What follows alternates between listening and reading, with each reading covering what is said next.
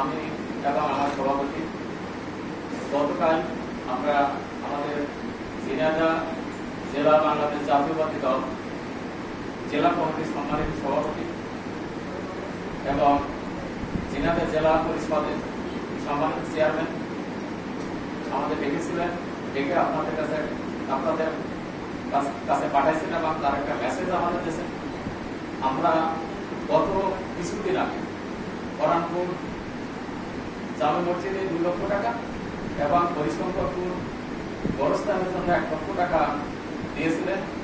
সেই চিঠিটাও আমরা কিছুদিন আগে আমরা এসে আপনাদের দিয়ে গেছিলাম এবং তারই পরিপ্রেক্ষিতে তারই ধারাবাহিকতায় আজকে সেই অর্থে 50% অর্ধেক অর্থাৎ 1 লক্ষ টাকা চেক প্রাপ্তির চিঠি আমাদের কাছে আমাদের সর্বোচ্চ নেতা অ্যাডভোকেট এম এ মুজিব দিয়েছেন। সেটা আপনাদের কাছে পৌঁছে দেওয়ার জন্য এখানে এসেছি।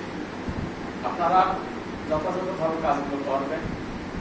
আমি আপনাদের সামনে 2-4 মিনিট একটু কথা বলি। আমরা এমপি হতে পারিনি, আমাদের দুর্ভাগ্য।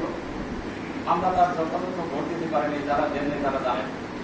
কিন্তু তিনি এমপি না হওয়া সত্ত্বেও আমাদের ঝিনাইদহ জেলার সভাপতি এবং জেলা পরিষদের চেয়ারম্যান জনাব অ্যাডভোকেট এম এ মুজিব আমাদের এলাকার উন্নয়নের জন্য এই ঝিনাইদহ 6টা থানা 4টে আসনের উন্নয়নের জন্য তিনি ঢাকায় বিভিন্ন মন্ত্রণালয়ে দৌড়াদৌড়ি করে বিভিন্ন সময় বিভিন্ন প্রজেক্ট পাস করে নিয়ে আসেন। যেসবের এই বরাদ্দটাকে তো আমাদেরই দেন। যেমন ধরেন আমাদের হরিশঙ্কর ইউনিয়নের কথাই বলি, উনি আমাদের এখানে পরানপুর বাজার থেকে আপনার যে পাওয়ার পর্যন্ত একটা রাস্তা উনি অনুমোদন দিয়েছেন। তারপরে আমাদের পূজারি 2 নম্বর ওয়ার্ডের নদী বিশ্বের বাড়ি থেকে শ্রীরামপুর পর্যন্ত একটা রাস্তার অনুমোদন উনি করে দিয়েছেন। আরেকটা দিয়েছেন আমাদের এই যে 6 নম্বর ওয়ার্ডের রাজদাপুর স্কুল থেকে সরকারি প্রাথমিক বিদ্যালয় থেকে সুতুলিয়া প্রাথমিক বিদ্যালয় পর্যন্ত একটা রাস্তা অর্ডার করা আছে। 50% হয়েছে আর 50% বরাদ্দ দেওয়া হয়েছে। আমাদের পাটপড়া স্কুলে প্রাথমিক বিদ্যালয়ে দোতলা করার জন্য অনুমোদন দিয়েছেন। আমাদের সুতুলিয়া অনুমোদন দিয়েছেন। তিনি এই যে কাজগুলো করতেছেন, এই কাজগুলো করতে শুধুমাত্র আমাদের এলাকার উন্নয়ন ভূমিকাতে এমপি না, কিন্তু তবু বিভিন্ন মন্ত্রণালয়ে মন্ত্রীদের দ্বারা যায় আমাদের উন্নয়নের জন্য তিনি কাজ করতেন। এক সপ্তাহ ঢাকা থাকেন 7 দিন, আবার ঝিনাইদহ থাকেন, কিন্তু দৌড়ায় বেড়াচ্ছেন আমাদের জন্য। সেই নেতাকে আমরা ভোট না দিয়ে আমরা যে কি ভুল করেছি আমরা বুঝতেছি। এখন আমাদের ফ্যামিলি কার্ড পাচ্ছি না, আমরা কৃষি কার্ড পাচ্ছি না, এটা আমাদের ব্যর্থতা। তবে পর্যায়ক্রমে আমাদের আশ্বস্ত করেছেন, পর্যায়ক্রমে আমাদের ফ্যামিলি কার্ড কৃষি কার্ড আসবে। আমাদের সদরের মানে একটা ইউনিয়ন অনুমোদন হয়েছে, সেটা পাগলাখানা ইউনিয়ন হবে। আপনারা একটা জিনিস চিন্তা করেন, আমাদের সরকার দেশ নেত্রী বেগম খালেদা জিয়া উত্তরসূরি গণপ্রজাতন্ত্রী বাংলাদেশ সরকারের মাননীয় প্রধানমন্ত্রী তারেক জিয়া ক্ষমতা আসার পরে মানে 1 মাসের মাথায় প্রায় 20,000 কোটি টাকা কৃষি লোন মাফ করে গেছে। একটা লোক 10,000 টাকা লোন নিয়েছে, সেই লোনটা যদি 1 লক্ষ টাকা সুদ দিয়েছে সেটাও মাফ। প্রায় 20,000 কোটি টাকা আমাদের কৃষি লোনটা মাফ করে গেছে। এটা যুগান্তকারী পদক্ষেপ। সামান্য 1 মাসের বয়স আবার আপনাদের শেখ হাসিনা সরকার কিন্তু বাস্তবায়ন করতে পারেন। এই দেশ কিন্তু আমাদের প্রধানমন্ত্রী উনি কিন্তু ঘোষণা দিয়ে দিয়েছেন অচিরে এটা বাস্তবায়ন হবে। জানুয়ারি থেকে জুন থেকে এটা হচ্ছে।